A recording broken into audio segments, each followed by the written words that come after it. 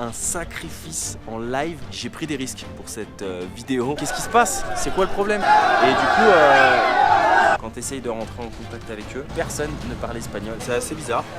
Elles sont tellement bonnes, hein. Oui, oui. Rendez-vous en terre inconnue. Intégration totale. Bienvenue chez les Tzotzil.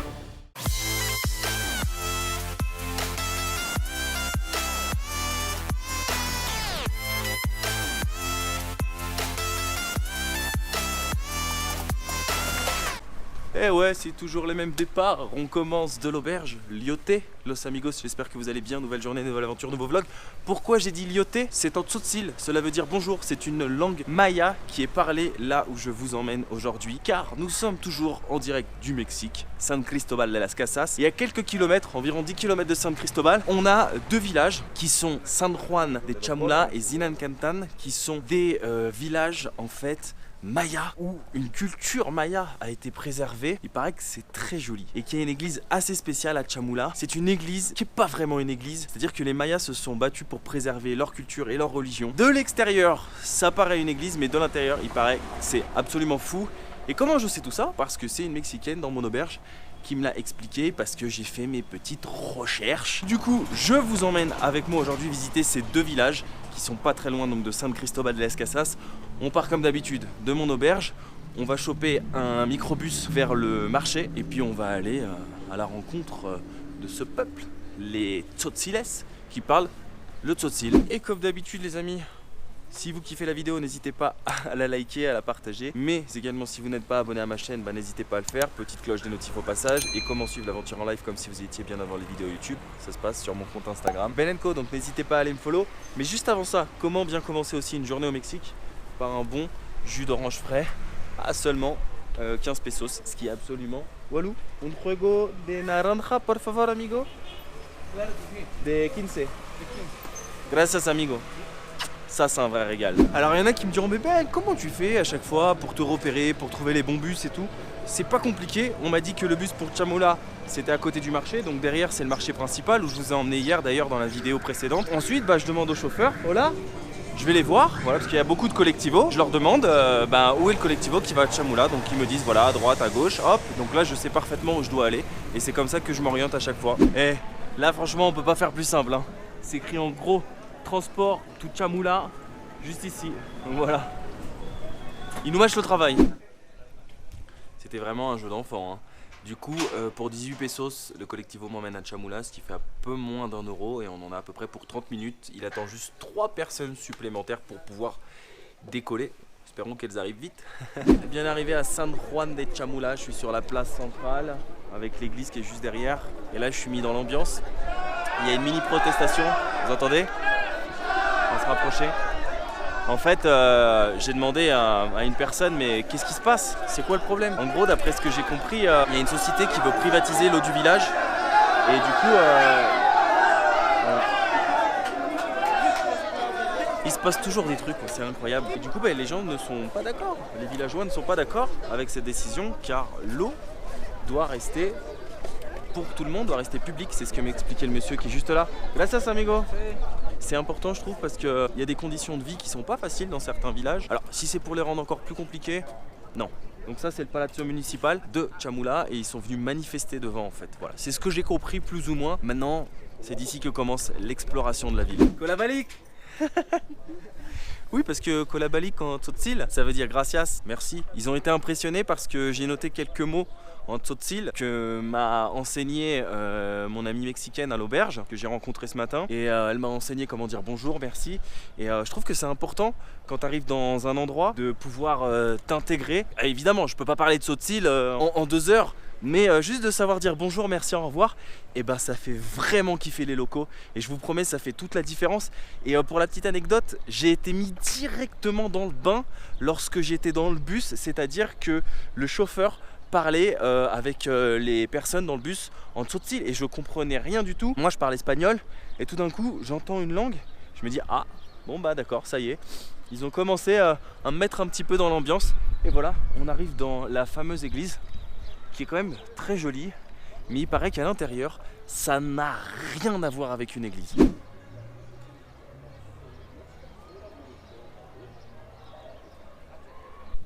Alors juste à titre informatif, Ils en ont fait un petit business et ils ont raison.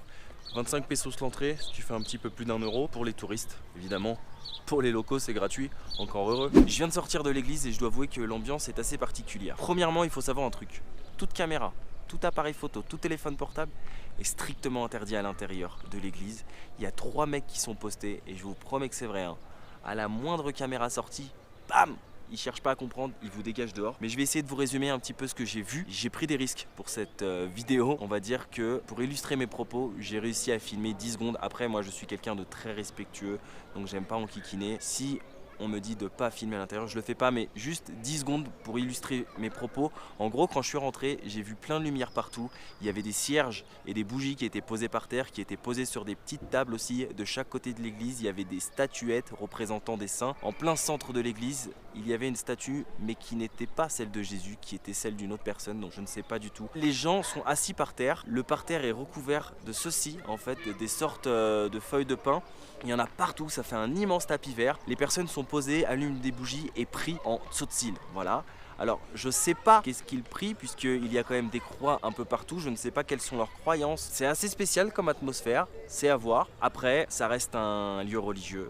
Donc il faut vraiment rentrer tranquille, respecter, regarder comment ça se passe sans vraiment déranger les personnes. Et voilà, moi maintenant je vais pouvoir continuer l'exploration de ce village. Et pour être franc, je commence à avoir un petit peu faim. Donc je me demande s'il n'y a pas une petite street food qui devrait arriver. Juste au passage, s'il y a des personnes qui connaissent un petit peu les croyances tzotzil du village de Chamula et qui connaissent un petit peu mieux l'histoire de la religion de cette église, hein, qui n'est ni une religion catholique, ni vraiment une religion maya, mais il y a un mix de tout, je pense. N'hésitez pas à tout me marquer en commentaire, ça m'intéresse. Alors, ce qui est assez incroyable, et je trouve ça magique en même temps, c'est qu'il y a beaucoup de gens qui ne parlent pas espagnol ici, ou qui le comprennent très peu. Alors là, j'essaie de commander une street food, et c'est assez drôle parce que la fille ne comprend absolument rien à ce que je lui dis. Et j'ai l'impression limite de pas savoir parler espagnol, et ça me fait tout bizarre, parce que en fait, il parle le tzotzil, et l'espagnol ici... pas grand chose quoi. C'est comme ça depuis tout à l'heure, j'essaie de rentrer en contact un petit peu avec des personnes pour essayer d'en apprendre un peu plus. Mais il y a une barrière de la langue qui fait que j'ai beaucoup de mal. Mais ça fait partie de l'aventure. Et c'est ça qui est cool. Parce que pour le coup, ça reste un village assez original qui a gardé sa culture et sa langue. C'est triste parce qu'ils n'ont pas le même rapport que nous face, on va dire, à l'environnement. Là, je viens de voir 2 gamins jeter une bouteille. Comme ça, mais ça j'en ai déjà parlé plein de fois. C'est bien dommage parce qu'il y a vraiment des jolies choses en Amérique latine. Mais voilà, c'est toujours encombré de déchets partout, de bouteilles, de papier en tout genre. Ouais. Alors ce qui est ouf, c'est que c'est écrit en espagnol, mais pour se faire comprendre parfois que genre tu veux pas les champignons, etc. C'est assez compliqué, c'est assez drôle. Buenas. Buenas. ¿Hablas español? Sí. Ah, gracias. Lioté. Hola, Lioté, hola. Et entonces, alors lui c'est plutôt cool parce que non seulement il parle espagnol, mais il parle aussi un petit peu anglais, donc c'était un petit peu plus facile pour se faire comprendre. ¿Qué pasó? T'as pas peur de moi quand même? J'ai rien fait. Comment te llamas? Griselda. Comment? Griselda. Griselda. Griselda? Oh. C'est peut-être la caméra qui l'impressionne. Pour dire comment ça va, comment estás en espagnol, ici en tzotzil on dit quoi avelan. Quoi avelan? Je sais pas si j'ai le bon accent, mais se entiende bien? Si yo digo quoi avelan? Que no habla bien todavía. Ah. Sí. Et no está acostumbré también a los turistas. No. Ah, elle est pas trop habituée aussi aux Ella touristes. sí ya puede hablar bien. Ouais. La famille, moi Elle par contre elle est contente hein. Alors il y en a une qui pleure et une qui rigole. Mayores de edad ahorita que no hablan español. Sí, los viejos por ejemplo no hablan español. Ajá. ¿Tú hablas español? No. No. Poco. ¿Es tu señora? Sí. Tu esposa? C'est très intéressant, es muy interesante. Hein. Alors là, je suis assis sur la chaise sûrement la plus petite du monde, mais je suis très bien en compagnie de mes nouveaux amis mexicains. Alors, ce qui est très très intéressant dans ce rapport de la street food et que j'aime beaucoup, c'est le rapport avec les locaux. Donc, le monsieur parle espagnol, parle le tzotzil. Sa femme ne parle pas espagnol, elle parle que le tzotzil. Et je lui demandais, mais la nouvelle génération à l'école, est-ce qu'ils apprennent l'espagnol? Il m'a dit oui. La nouvelle génération apprend l'espagnol, mais ils parlent aussi le tzotzil, donc ils ont ce double langage et cette double culture. Et il m'a dit, si tu étais venu ici 15-20 ans en arrière, c'était puro tzotzil, c'est-à-dire que quasiment personne ne parlait espagnol. Et c'est ce que je me rends compte ici en me baladant. Surtout l'ancienne génération, quand tu essayes de rentrer en contact avec eux, paf, impossible parce que ils ne parlent pas espagnol. Salsa, Non, no, gracias, es picante. poquito. Una probadita. Allez, un poco. Un poco. No, échale. Un filete, un petit peu de piquant, pas beaucoup. ¿Verde o rojo? ¿Qué es la más picante? Casi igual. Una, solo una, un poco. Hein. Je vais en prendre une avec piquant et une sans piquant. Je connais ici le piquant. Oh, está bien, gracias. Hein. Ici c'est très très fort, ça y est, regardez. Ils sont arrivés, nos quesadillas, ils ont l'air trop bons, sérieux. Elle m'a mis du fromage, du poulet, des champignons, de l'avocat. Ça a l'air juste tellement bon. À la vôtre? Voilà. Seulement 10 quetzals chacune, hein. Ce qui est walou. Ça, j'arrête pas de le dire, mais c'est la vérité. Muy rico, hein. Elles sont faites maison. Alors, il y a vraiment une discussion qui est très intéressante. Et j'ai eu la même hier avec un Mexicain dans le bus qui m'a amené à San Cristobal. Il y a beaucoup donc de Mexicains qui passent la frontière avec les États-Unis pour avoir des meilleures conditions de vie. Mais c'est un truc de ouf.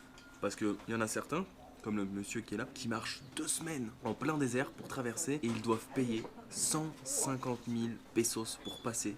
Ce qui fait à peu près genre dans les 7000 et quelques euros. Ce qui est énorme. Énorme. Donc lui, son rêve, ce serait de pouvoir retourner aux États-Unis avec sa famille pour avoir des meilleures conditions de vie et bien évidemment gagner mieux sa vie qu'ici au Mexique. Et s'il retourne, il devra repayer 150 000 pesos par personne. C'est un truc de ouf. Franchement, quand tu entends ce genre de choses, une personne qui a marché pendant plusieurs jours dans le désert, comme ça, à l'arrache, sans rien, franchement, c'est touchant. Hein. Et c'est là que je me rends compte de la chance qu'on a, mais vraiment, c'est toujours en discutant comme ça avec les locaux. Et c'est con, ça part du street food, c'est la vérité, mais regardez, je suis là, je suis posé avec eux, mais on en apprend toujours plus à discuter avec les locaux. Franchement, c'est assez touchant comme témoignage.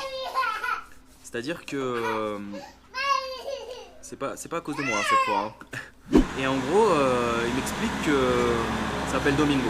Donc Domingo m'explique qu'il y a beaucoup de Mexicains qui meurent en passant la frontière parce qu'ils doivent marcher une semaine dans le désert pour atteindre une certaine ville des États-Unis, donc ça dépend par où il passe. Par exemple, lui, il est arrivé à Phoenix, dans l'Arizona. Et moi, je suis allé dans l'Arizona, hein, donc je sais à quel point il fait chaud, je peux vous le dire. Donc, ils marchent toute la journée en plein cagnard. Ils ont des bouteilles d'eau qu'ils doivent porter, donc une à la main, une sur le dos. Ils ont leur bouffe, ils n'ont pas grand-chose. Hein. Il m'a dit, on a juste des tortillas, etc., histoire de juste de pouvoir se nourrir. Et donc, ils payent 150 000 pesos, une personne qui va les guider pendant une semaine. Une personne qui connaît bien le terrain et c'est hyper dangereux parce que non seulement il fait chaud mais la nuit il fait froid, hein, ils ont pas des duvets pour dormir et en plus de ça ce qui est ouf c'est que ils sont confrontés à des animaux du désert donc il y a des reptiles, il y a des scorpions et il m'a dit qu'il y en a beaucoup qui se font piquer et qui meurent donc voilà il y en a qui meurent de froid, il y en a qui meurent de chaud, il y en a qui meurent de piqûres et c'est ouf donc il me disait ouais nous on part parce que on cherche des meilleures conditions de vie. C'est touchant quand même, ouais franchement c'est voilà, tu viens manger une street food et au final t'en as, bon je le savais déjà mais t'en apprends toujours beaucoup plus et je trouve que c'est vraiment intéressant de parler avec les locaux et de voir un petit peu comment ça se passe ailleurs, de quitter un petit peu notre confort pour comprendre un petit peu mieux les gens et mieux le monde et surtout mieux les personnes qui vivent dans le pays dans lequel on voyage. Elles sont tellement bonnes, hein. Muy rico, hein. Muy rico. Tellement bonnes les quesadillas de l'épouse de Domingo que j'étais obligé d'en reprendre 2 autres. Une tuerie. En plus j'avais pas vu mais il y a un panneau, il y a écrit c'est vende tortillas 100% maïs. En gros c'est ça. La préparation qu'elle m'a fait avec la petite boule, c'est 100% maïs. C'est pas de la farine, c'est juste du maïs écrasé. Je crois que c'est les meilleures quesadillas que j'ai mangées depuis que je suis arrivé au Mexique, sans déconner. Hein. Et là, je continue à parler avec Domingo et je lui disais mais c'est ouf, c'est-à-dire que chaque passeur se fait 150 000 pesos par personne pour une semaine en fait de voyage. C'est-à-dire que les mecs ils prennent 10 personnes avec eux, ils se font 10 fois 150 000 pesos. Ça fait 70 000 euros. Incroyable. Le business de l'immigration, quoi, c'est horrible franchement. Parce que voilà, t'as des mecs qui se font de l'argent comme ça. Enfin bref. Elles sont trop bonnes. Et lui, il l'a fait 2 fois ce trajet. Il m'expliquait. Donc il a payé 2 fois 150 000 pesos, c'est ouf. C'est-à-dire qu'au-delà du prix, il a marché 2 fois pendant une semaine dans le désert, à l'arrache quoi. C'est hallucinant. Ça te fait beaucoup réfléchir, hein, mais vraiment. Ah, c'est drôle ça. Chamel gastritis kakunya hemata yutuchotik. ¿Qué es? Ah, para vender. Ah, pero es en Tzotzil. Es una mezcla de los dos. Ciao. Alors c'est drôle parce que ce monsieur vend des crèmes. Du coup, pour vendre ses produits, il a une annonce. Et son annonce, c'est un mix entre le Tzotzil et l'espagnol. Il me disait parce qu'ici tout le monde ne comprend pas l'espagnol et tout le monde ne comprend pas le Tzotzil. Mais bon, on est quand même à majorité Tzotzil. Alors, il faut savoir que je suis resté quasiment 1 heure entre manger et discuter avec Domingo. Et le contact était plutôt facile. Donc j'ai pu lui demander, mais dis-moi, quelle est la religion des personnes qui priaient dans l'église? Il m'a dit qu'elles étaient catholiques, mais que c'était une autre branche en fait du catholicisme avec d'autres croyances. Et je lui ai répondu, et toi? Tu vas prier dans cette église? Il m'a dit ah non, moi je suis catholique mais j'ai pas les mêmes croyances que ces personnes. Ici les personnes viennent, elles se mettent à terre, elles prient en face des saints, elles allument des cierges, elles jettent de l'eau et je l'ai vu. Et en gros elles viennent prier souvent pour essayer de demander quelque chose. Donc il y a des personnes qui viennent pour essayer de demander la guérison aux saints, donc elles se mettent en face des saints et puis elles prient. Et c'est pour ça qu'il y a tout un processus et un rituel qui est différent d'une église classique, hein. Il n'y a pas de banc à l'intérieur, j'ai pas vu de statue de Jésus. Ça reste assez spécial et s'il y a des gens qui connaissent, hein, n'hésitez pas vraiment à me le mettre en commentaire. Alors ce qui est génial, c'est que j'ai l'impression de collecter des indices en fonction des personnes que je rencontre. Là je viens de tomber sur un couple de Français qui m'expliquait qu'ils ont vu un sacrifice en live. En gros, il y a des personnes dans l'église qui ont tué un poulet pour demander la guérison d'une personne malade. Et le but, c'est qu'une fois le poulet égorgé, on le prend et on l'enterre chez la personne malade pour pouvoir donc obtenir sa guérison. Et il y a plein de trucs comme ça assez spirituels. Il y a pas mal de rites qui en font donc une église pas tout à fait comme les autres. Intégration totale. Lyoté. Lyoté. Lyoté. Oui, ça veut dire bonjour. Alors je sais pas où ils vont, mais je suis le mouvement. Alors dans ce village, il n'y a pas grand chose à faire, hein, mis à part l'église, c'est très petit. Tu as vite fait le tour hein, de la place centrale. C'est pour ça que je vais pas perdre mon temps et je vais directement reprendre un collectivo direction Zinacatan, le deuxième Pueblos Indígenas. Alors juste avant de partir, il faut que je vous montre un truc hyper original. La police du village, je vais vous montrer. En gros, voilà, l'autorité du village. Ce sont ces personnes habillés avec une sorte de fourrure sur eux et avec des chapeaux comme des chapeaux de cow-boy. Je viens de demander en fait à un local, je lui dis mais pourquoi ces personnes elles ont comme de la peau de mouton sur eux? Il m'a expliqué en fait que c'était tout simplement l'autorité du village, voilà. Et d'ailleurs sur le côté j'ai vu ils ont comme des sortes de petites matraques assez spéciales. Alors j'ai une bonne et une mauvaise nouvelle. On va commencer par la mauvaise. Le chauffeur m'a complètement oublié. Du coup, au lieu de me laisser au croisement pour prendre un autre bus qui va à Zinacatan, il m'a ramené à San Cristobal de las Casas. Et du coup, il commence à se faire un peu tard, donc le temps que j'aille à Zinacatan, que voilà, j'explore tranquillement, je pense qu'on va se réserver ça pour demain. Et la bonne, c'est que j'ai un petit remontant local, un pozole, des cacao. En gros, c'est une boisson qui est préparée à base de maïs et de cacao, et d'ailleurs, c'est un peu croquant. Je pensais que c'était de la noix de coco, mais la vendeuse m'a confirmé que c'est du maïs, mais c'est assez bizarre. Sincèrement, si je trempe mon doigt dedans, je trouve que c'est de la noix de coco. Alors, est-ce qu'elle m'a compris? Je sais pas, parce que comme je vous ai dit, ça parle beaucoup le Tzotzil.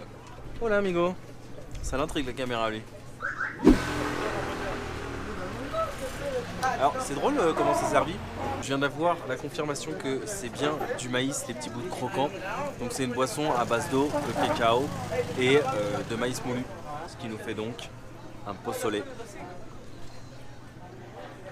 Pour être totalement transparent avec vous, c'est pas ma boisson préférée. Je suis pris entre une guerre de tantôt et de... majorité. Attends, comment on dit déjà au Québec? On dit à tantôt aussi au Québec? À tantôt. Et en Belgique on dit à tantôt? À tantôt. Mais est-ce qu'on dit chocolatine ou pain au chocolat? Pain au chocolat. Moi je dis chocolatine. On va déclarer une guerre sur YouTube, ça va être affreux. Bon, Que nous on dit regardez, coucou au chocolat. on se bat... Comment? Coucou au chocolat. Coucou au chocolat?